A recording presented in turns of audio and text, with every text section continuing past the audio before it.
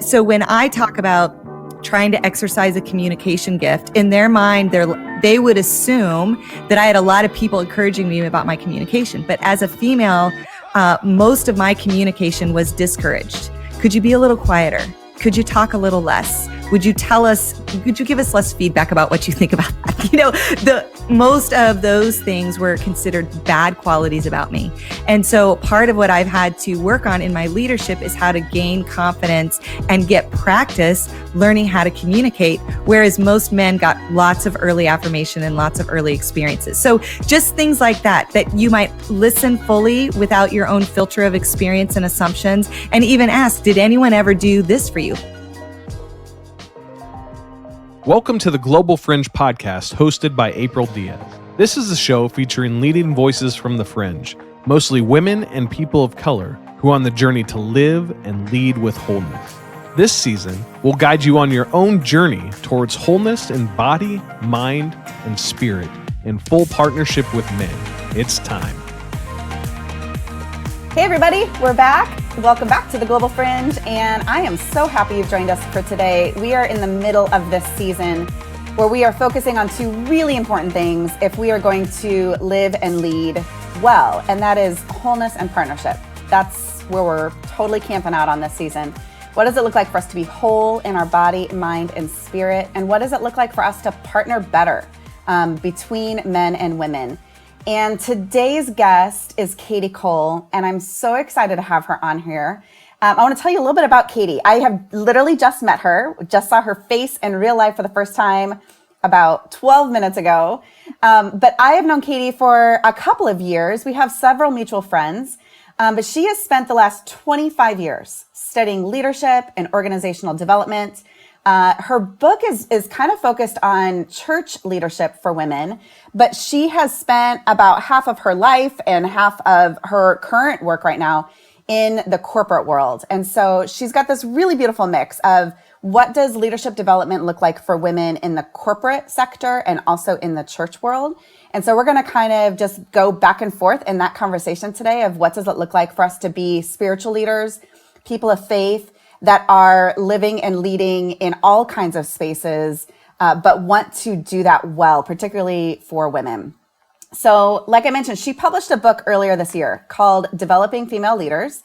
And part of what I love so much about this book is it's not just her own experience. It's not her own study and her own genius around what does leadership and organizational development look like. But her book included a huge survey that over 1,200 women from around the country participated in. And she did 30 interviews with women. And it's become such a robust work and so needed, so timely. She's got a Facebook group that I'm in called Ministry Chicks, has over 1,700 female leaders in this group. And so I'm just so happy to have you on the show today. Thank you, Kadi, for joining us. Well, thank you so much, April. It's really an honor to be here. I love your show. I love the conversations you're just encouraging us to have. So I'm really honored to be one of them. Yeah, you are the perfect kind of middle person in this season, this series. We were chatting earlier and I asked you about your Enneagram type, and you're still kind of in the exploration phase with us, but tell us what you know about your Enneagram. Well, I really resonate with the 2 Enneagram, but then I also know from the research that when you are a person who grew up like I did, a female in church environments and conservative kind of theologies, it's really easy to take on some of those aspects. I feel like that's even in my midlife now. What I'm really exploring is how to challenge those assumptions about myself, both limiting factors and positive qualities, and really find out if they fit in me. So somewhere between a 2 and an 8, I can see both in myself. I'm yet to decide if I'm one and living in health of the other, or the other one living in destructive patterns of the other. So that's where I'm at. So somewhere I'm bouncing between those two things. Yep, they totally are connected and would have very different, look very differently in stress and in integration. So I'm an Enneagram 8 with a 7 wing. So I moved to a 2 in health and become like that helper, other-centered cheerleader for other people. So I resonate a lot with that. And Joe Saxton, I think, has said, I don't know if she coined it, but I heard her say for the first time that women 8 in the church are the most misunderstood type out of anyone on the Enneagram.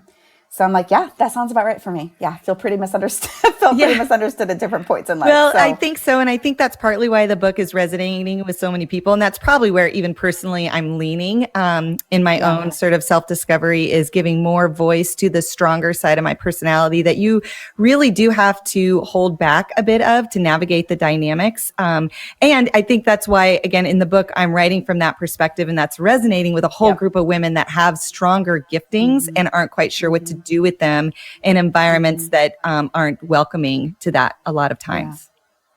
Yeah. One of the reasons I wanted to have this conversation with you is because as an 8, there are parts of me that just like want to burn it all down, right? Like this, just want to challenge people hardcore, not have constructive conversations, but just be like the activist.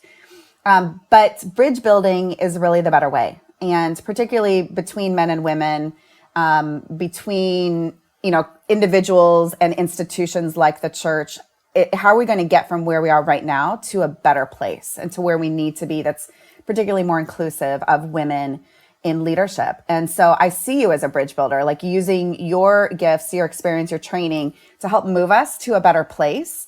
And so I applaud that. I want to see more of that. I do want challenge. I do want for us to push the envelope and for there to be difficult conversations, but not at the expense of the larger conversation and of the human that's in front of you.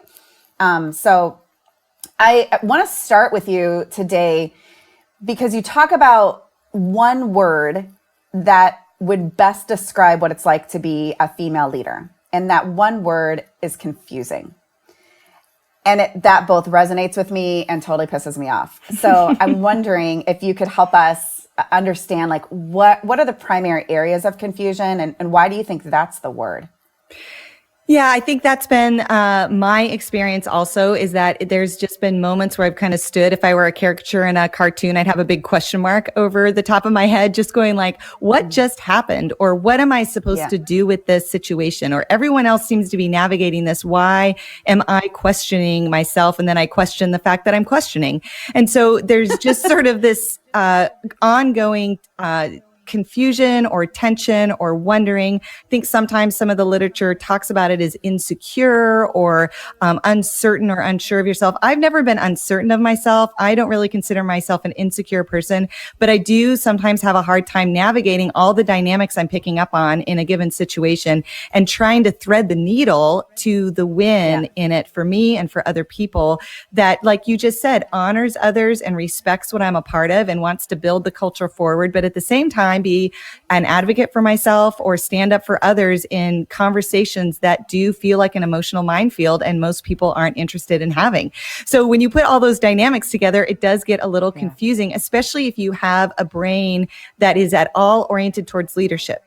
You see the problems in a situation. You have vision for the future. You see strategy. You understand the dynamics and have the perseverance to move things forward. When you can see things be better and you recognize that things aren't as good as they could be, which is what a leader does, there is an unsettling in our hearts and spirits when we're experiencing that over and over again.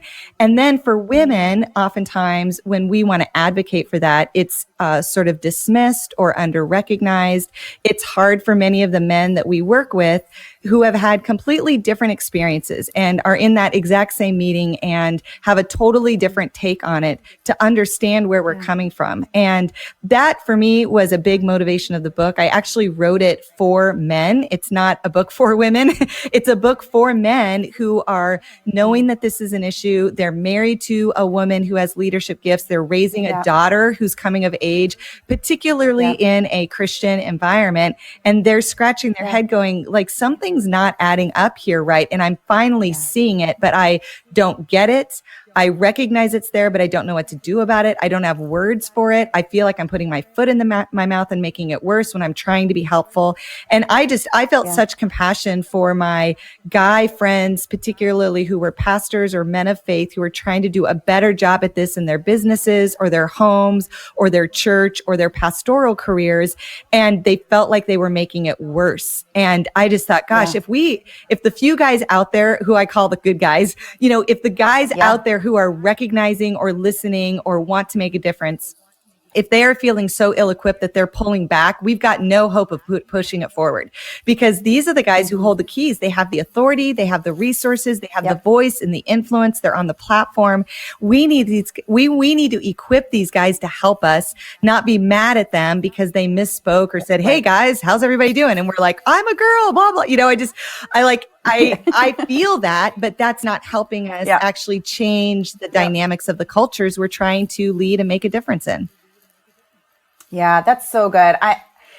The part that really resonated with me is I think that the more I become like a student of my own story and experiences, the more that I can see like the environments that I have led in have been predominantly designed by men. They've been structures and leadership environments that have been oriented for male leadership, not for some of the uniquenesses of female leadership. And so that's part of the confusion that I've gone like, am I crazy here? Like, I see this so differently, or this is a totally different mindset that I would bring into this conversation, or I would approach it from a different angle. And the confusion of like, are we speaking the same language? Are we like on the same team? Are we going after the same thing? Because it's such a different approach sometimes, which is part of the reason why men and women need to be in this whole leadership gig together. But it can feel really confusing to be able to figure out how do you navigate that when the keys, the structure, the environment has been set up for someone else that's different from me. And even some very basic practical things. So when I talk a lot about different research pieces in the book, because for me, I'm sort of an HR nerd. I don't actually want your story I care about, but I'm not going to base my life off that. But you give me research and then I'm going to like take action on it. And so I use a lot of research in the book because I feel like it's very, it transcends context and gives us good handles. And so one of the pieces I talk about is how just men and women communicate differently, particularly in leadership settings. So most of us are on leadership teams, or if you've served on one, most of us have experienced that leaders love to talk and we tend to interrupt each other in a good leadership conversation. What's fascinating though is that men and women interrupt each other for different reasons. So women tend to interrupt because they're building connection. So they're saying, I hear you. That happened to me yesterday. This is da. They're exploring the fact that I'm hearing you. I understand what you're saying. I'm validating your point of view. I might not be agreeing with you or supporting your position, but I want you to know that I'm with you and I'm connecting with you about it. That's why I would interrupt. We also use a lot of very active listening body language. We nod a lot. Our eyebrows go. We give good eye contact. We smile. Again, not saying I believe you or I agree with you, but I hear you. Men, on the other hand, communicate very differently. And again, these are kind of generalizations and stereotypes, which, I hate those always, but it is very helpful to think about these things. Men tend to interrupt in order to redirect the conversation. So they would interrupt and say, yeah, that's great, but what I want to talk about is A, B, and C. Or actually, I disagree with you. We're going to go this direction instead. They tend to use very fewer active listening skills. They sometimes will stare off in the corner to process what someone is saying. They'll lean back and fold their arms and kind of give this sort of closed off body language because they're thinking and processing what's going on. So as a woman, it is very confusing for a few different reasons. One is when I go and present something to a room full of men, or even if 50% of them are men, and they're all kicked back in their chair, looking up at the ceiling with their arms crossed. And I'm used to someone giving me active contact and affirmation that you understand what I'm saying. It feels like I'm being blown off. It feels like I'm being dismissed when what they're doing is actually fully considering what's being said. As a woman, my tendency then is to talk more, give more details, and try to convince them more. And the guy is like, you've said this 7 times. Like, you're saying it all different ways, but the same thing. Get to the point, land the plane, right? But I think you're not with me and I'm trying to convince you. So we miss each other. Or a guy gives a presentation and as a female leader, I'm at the table and I'm nodding and listening and giving him eye contact and letting him know I'm with him, that I hear him and understand his point. So when he asks for everyone's opinion, he doesn't ask me for mine because I've already told him I agree by my body language. Because if a guy does that to you, they're saying I agree with you. So that is just like so low hanging fruit, right? I mean, this is like a man, woman having a conversation, a brother and sister fighting, a husband and wife trying to figure out finances. Like this is the bottom of the shelf kind of conversation. And how confusing it can be just to present an idea to each other. And then you take that into leadership spaces and tension and time urgencies and people's employment on the line and budgets coming in and projects due, and all that stress just complicates things. And so no wonder we're confused. No wonder we're missing each other. But more importantly, we are really not as productive as we're designed to be. Because if we could come to terms and understand one another and harness all that sideways energy that we're losing and misunderstanding, man, what could we do with our businesses? What could we do with our organizations? How much more time and less stress could we all have in our daily lives if we could just get on the same page? Yeah. I love that listening piece. I think that having us learn how to be better listeners, David Augsburger, I think, is the one who had said that listening to someone well is so close to feeling love that to the average person, it's almost indistinguishable. So we feel so deeply loved when somebody's listening to us. How can men specifically listen better to women? I think there's a couple things. One thing that I always encourage male leaders to do, if you're at all interested in this topic, is to connect with 2 or 3 female leaders in your life and simply ask them the question, what is it like to be a female leader in this business, in our city, at our church, in my family? Like, tell me what it's like, because the first step of listening is actually being interested in someone. And so by asking the question, you're letting them know, I care about you. I see you. I acknowledge that you have a different journey than me. And I'm positioning myself to be open to hearing what you have to say. That's the first step. The second then is to really listen. And it was interesting when I interviewed the 30 female leaders who had sort of broken through the glass ceiling to lead at executive levels. I asked at the end of every interview, what would you say to the guys who are trying to help female leaders?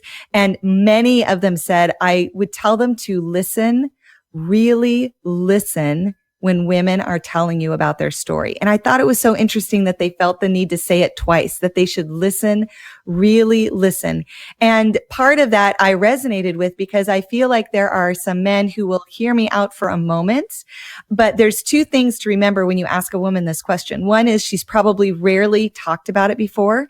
And so you are probably going to get some first draft verbalization to emotions and experiences that are deep and have a lot of emotion tied to it. And the first time you ever try to express something, it doesn't come out beautiful or perfect. It's a little rambly and you're kind of processing as you talk. And so if you give the gift of being fully present as someone taps into deep experiences that have shaped who they are, but they haven't had a chance to process yet, that is a gift of love and servanthood to the women in your life.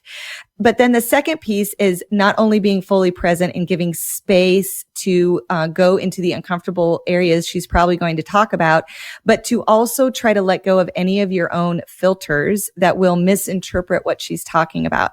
I think it would be so interesting, and I find it fascinating often for men how they filter easily my experiences or experiences of other women, because most men have had their leadership affirmed from a very young age.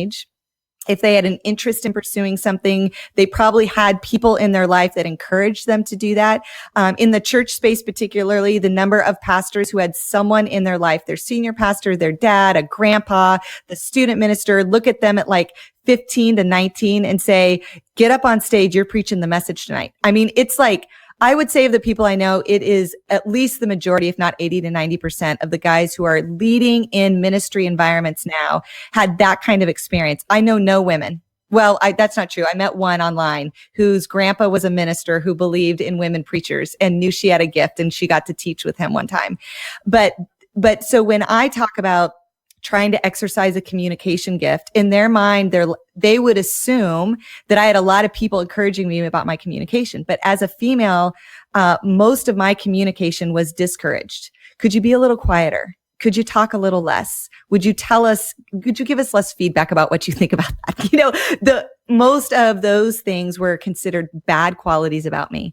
And so part of what I've had to work on in my leadership is how to gain confidence and get practice learning how to communicate, whereas most men got lots of early affirmation and lots of early experiences. So just things like that you might listen fully without your own filter of experience and assumptions, and even ask, did anyone ever do this for you? Like, I had this done for me. Did that ever happen to you? And be an active participant and challenge your own assumptions about what it's like to grow up. Even if you grew up in the same family, we can have very different experiences of what is affirmed and given opportunity to experiment with. Yeah. It makes me have so much like compassion for women and also pride, because there are still women that are leading and doing it and figuring it out when that has not been a part of the pedigree. That has not been their privilege. That has not been their experience. And yet they go, no, I know I have these gifts. I know that I've got this calling. I know that I can do this. And in some ways, against all odds, they're still putting their neck on the line and doing it. And women are just the best. They're not better than, but I'm just so proud of them.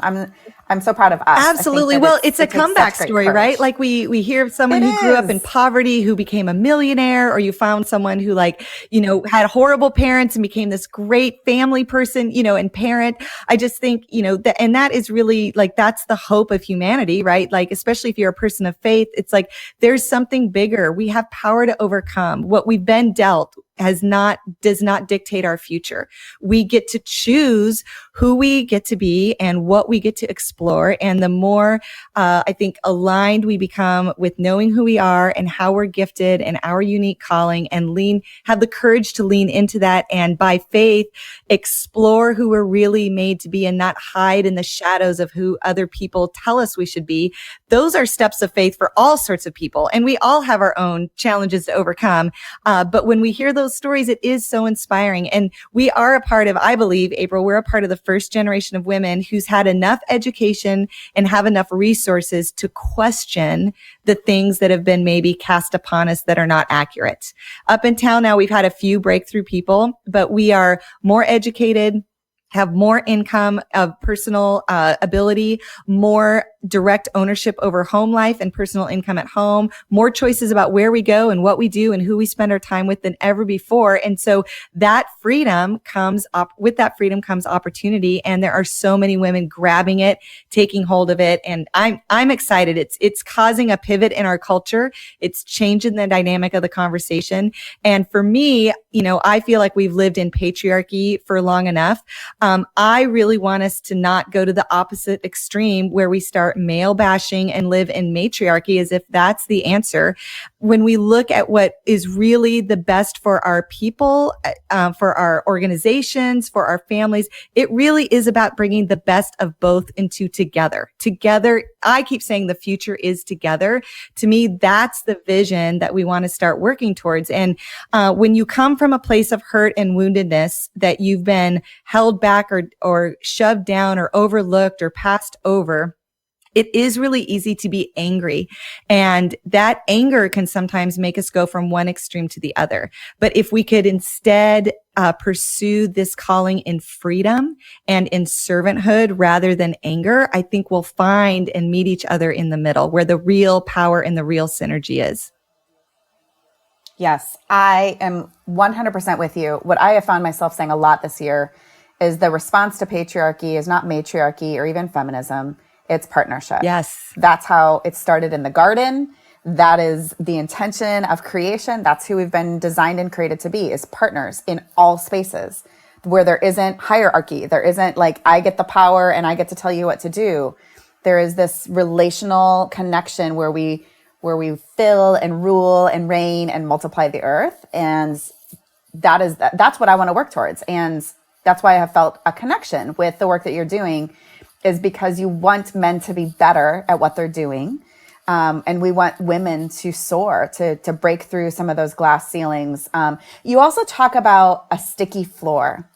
And I loved this concept in the book. That principle was really intriguing. So can you tell us about what the sticky floor principle is and how do we get unstuck from it? So the sticky floor is really kind of the other side of the coin to the glass ceiling, which is really about systems and structures that prevent women from advancing in leadership. But the sticky floor are more the internal dialogues and thoughts that women have about themselves that hold us back from pursuing greater opportunities, higher levels of leadership, more advancement in whatever capacity we're wanting to pursue.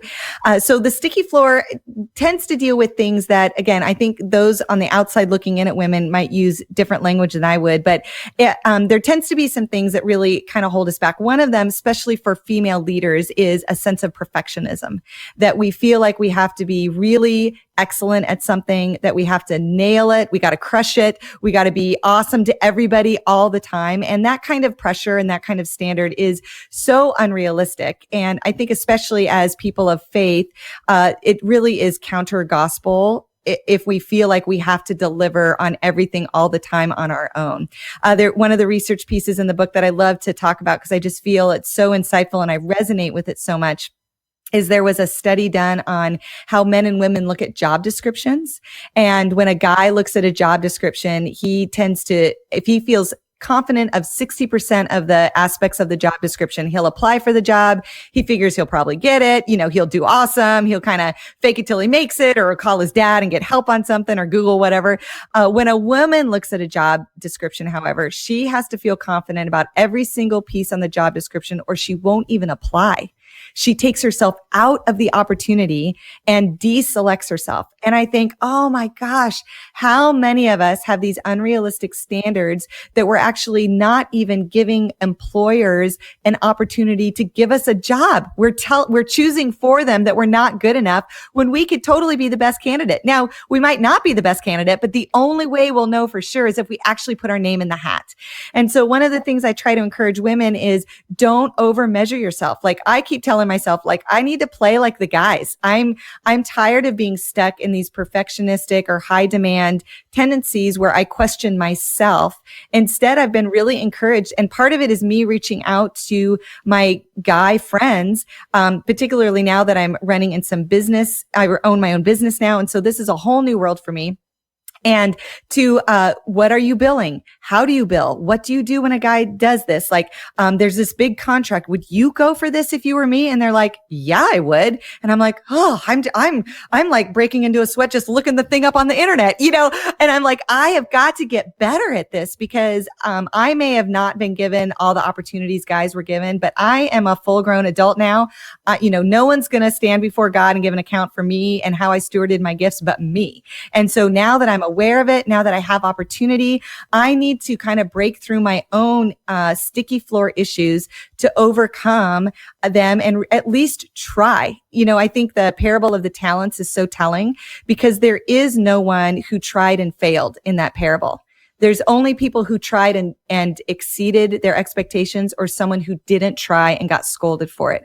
There's no one in the story that tries and fails. So if those are my options, try and succeed or hold back and fail, then I'm going to go for the try and succeed and know that God's going to honor and bless the effort and having the faith to live that way. Another part of the sticky floor is women tend to overcompensate for things. We try to be everything to all people. We feel guilty if we, outsource parts of our life. We don't want to hire a housekeeper. We don't want to get childcare help. We don't want to ask for help from our friends or our spouse or support. I call it, we tend to create a bigger plate. So when we're given a leadership opportunity, we think, I've already got a full plate. Can I add this to my plate? Do I get a bigger plate? Like I'm in a platter size leadership now. Like we think, I'm holding my hand sideways, like sizes of plates. But like, do I need a bigger plate? And can I manage all of that? Whereas most guy leaders don't think in terms of left to right size of plate. They think more in terms of like a tiered cake display where they move up in leadership. And so I've had to challenge myself. When my plate is too full, don't go to get a bigger plate and be more scattered and more busied and more guilty. Lead at a higher level. We're leaders. We know how to lead. When you are overextended, you re-strategize, you reprioritize, and you build a team. So what's the team I need? So the person who comes and cleans my house twice a month isn't a guilt. I can't handle it. Why am I not a good mom and wife? It's my team. This is the team, and I choose to outsource that. I don't choose to outsource helping my son with homework because I have a gift of teaching. I love school. It's a great way for me to connect with my son and understand. I'm also a very analytical person. I'm a nurse in my previous career. So I want to know how he's thinking. I want to know his inner dialogue when he doesn't do well at school. I want to take on school. My best friend, Karen, we do the same kind of work. She's extremely talented. She's the opposite. She tries to tutor her kids. They need to be in the therapist's office. So she hires a tutor for everything, but she loves, she loves to clean. It's her therapy. She's like, I don't want anyone else scrubbing my kitchen sink. That's where I get my best ideas. And I'm like, girl, you go for it. But I got my thing. You got your thing. There's no right or wrong way. It's just what's the team that you need to do the things that God has called you to do.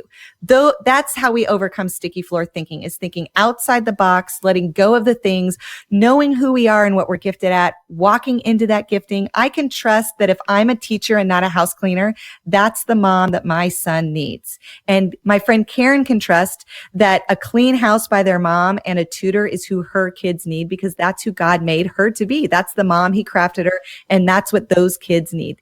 To me, it's all a faith step because you have to trust that you were made on purpose, that you were made good, that you are exactly who you're supposed to be, and you're everything you need to fulfill the call that's on your life.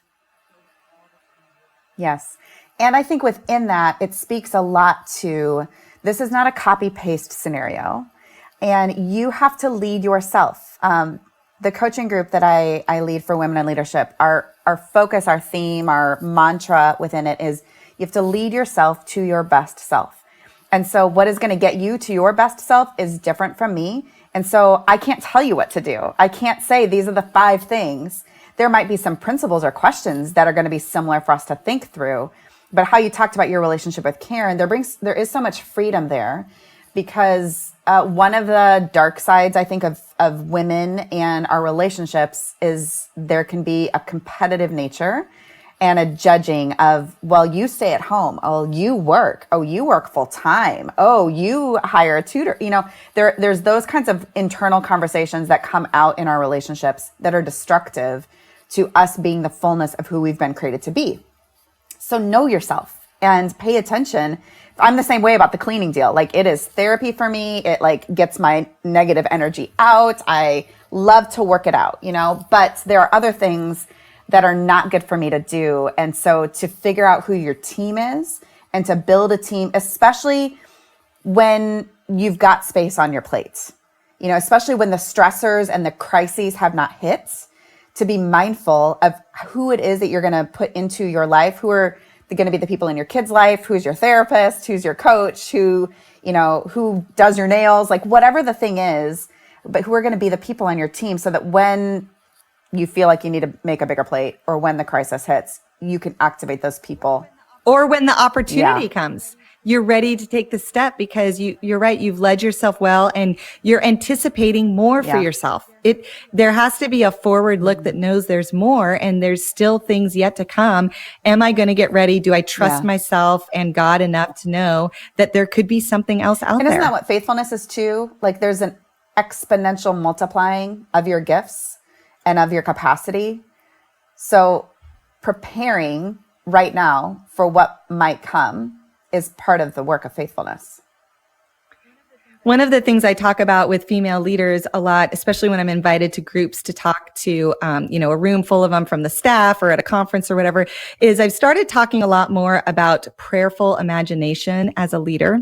Because when we grow up in environments where there were really strong gender roles that were only allowed, not allowed even, but these were the things we saw. These were the role models we had in our families, in our communities, in our schools, churches, wherever, especially those of us who are I'm in my late 40s. And so the kind of roles that I saw all sort of leaned towards being married and having kids and homemaking. And so I had a lot of imagination for that as a kid growing up. And so I can remember being, 10 years old and thinking, I wonder how many kids I'll have. Do I want 2 kids?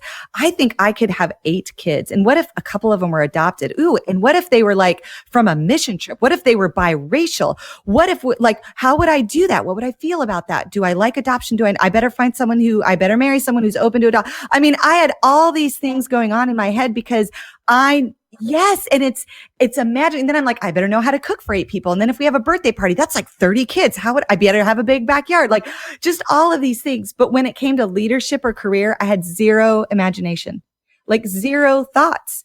And so even leading, like I've had some really amazing opportunities. I was a dean of a Christian university by the time I was 27. And I just thought I had hit my lid at 27 and I would just be in that job forever. Then I got recruited to work at my church and became an executive director over a multi-site. We had over 20,000 people and still I couldn't imagine something more. And even now as a business leader, I am disciplining myself to spend time in prayerful imagination because I just have not spent any time imagining myself on bigger platforms, speaking with different people, writing another book. What if I actually did things on an international level? Now, it's careful. You have to do it in a prayerful, God-centric way because, I can imagine like having a different husband and that, like there's things and boundaries I should like not, let or becoming a narcissist imagination run or a rampant. megalomaniac. Yeah.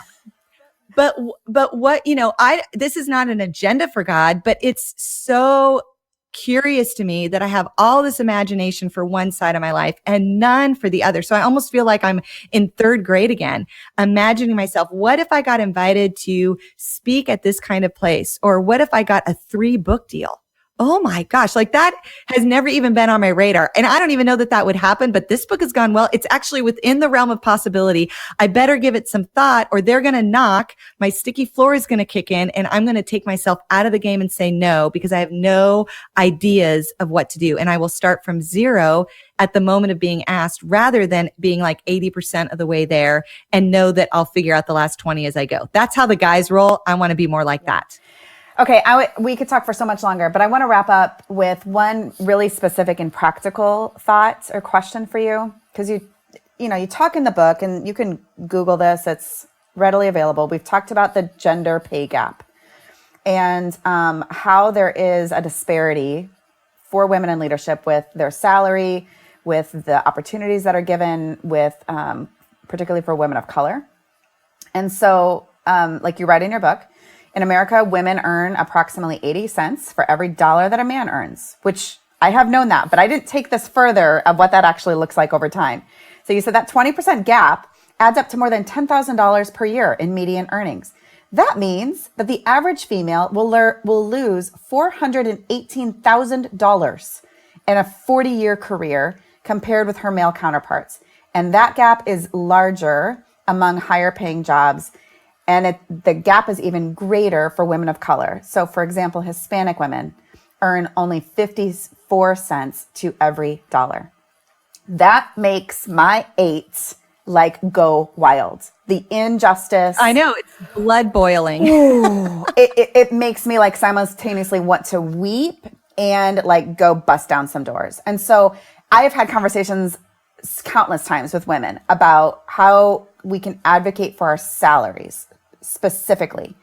So I'm wondering if you can give a couple of pieces of really practical feedback as we wrap up of how can we advocate for our salaries or for what we need in the workplace better.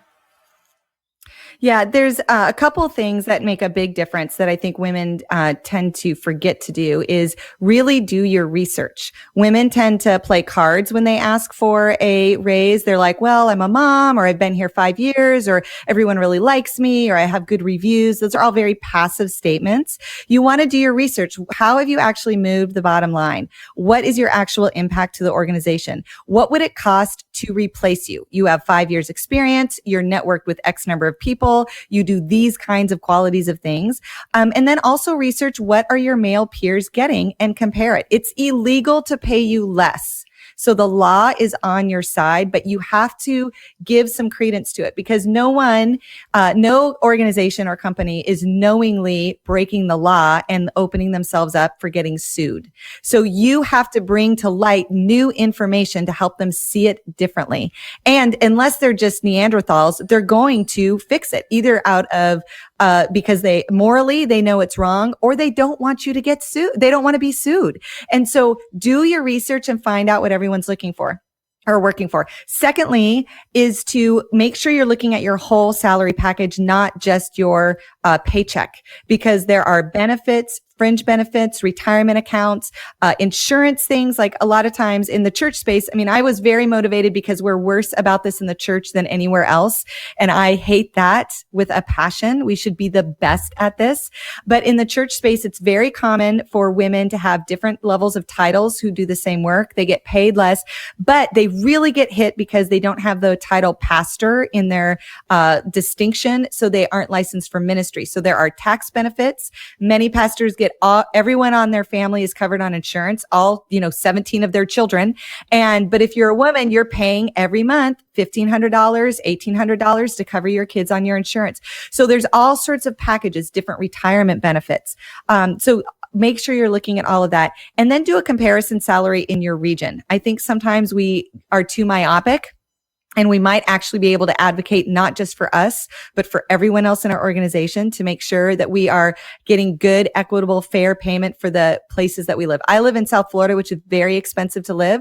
And so a lot of times businesses will start here and pay kind of national salaries, which just is completely unrealistic here. So depending on your area of the country, this becomes a really critical piece. Yeah, that's really great. Really helpful.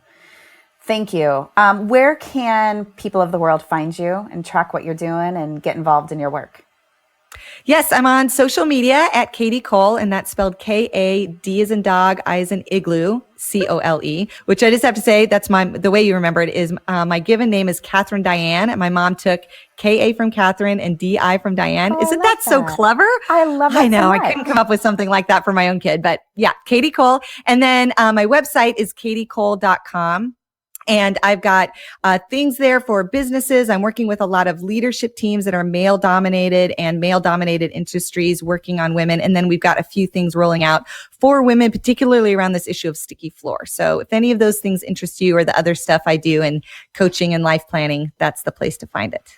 Love it. So great. I am so all about linking arms and ending the scarcity conversations, ending the competition. Yes. Particularly between women. I mean, you and I work in similar spaces, and I want women to work with you. You know, there's so much work for us to do, and so we're better together. And I want to see you thrive and just absolutely, sky's the limit, girl. So, okay, we're wrapping up every single episode this season with 3 questions that I'm asking every guest, and so I'd love to hear your take on these 3 questions. Just your gut response, 60 seconds or less, real quick. So first question is, what does it look like for women to be warriors? The thing that comes to mind is 3 aspects of warriorhood for me is prayer warrior, growth warrior, and mama warrior. So making sure I'm right with God and doing the real battle that's happening around us. I'm committed to growing as a warrior. I'm going after it. I'm fighting for it. I'm advocating. I'm pushing myself into the battle to learn and grow and stretch myself and not be thrown off by fear of feedback. And mama warrior, which is that I'm helping other people get better also. I'm advocating and protecting and making it better for the people God's put in my life. Oh, that's beautiful. Second question is, what's the number 1 practice for you that leads you towards wholeness? For me, hands down, it is God-centered reflection and meditation. I find that people call it quiet time or whatever. I realize now when I say that word, there's way too many connotations with it. But breathing, focused on truth, really dissecting my emotions, making sure I'm moving towards sanctification and allowing self-awareness to happen in my own mind and heart and with the Lord first before I demand it from the people around me. Good. And then last question is, if you could wave a magic wand and, sprinkle your fairy dust, how would you speak courage or encourage men to partner better with women?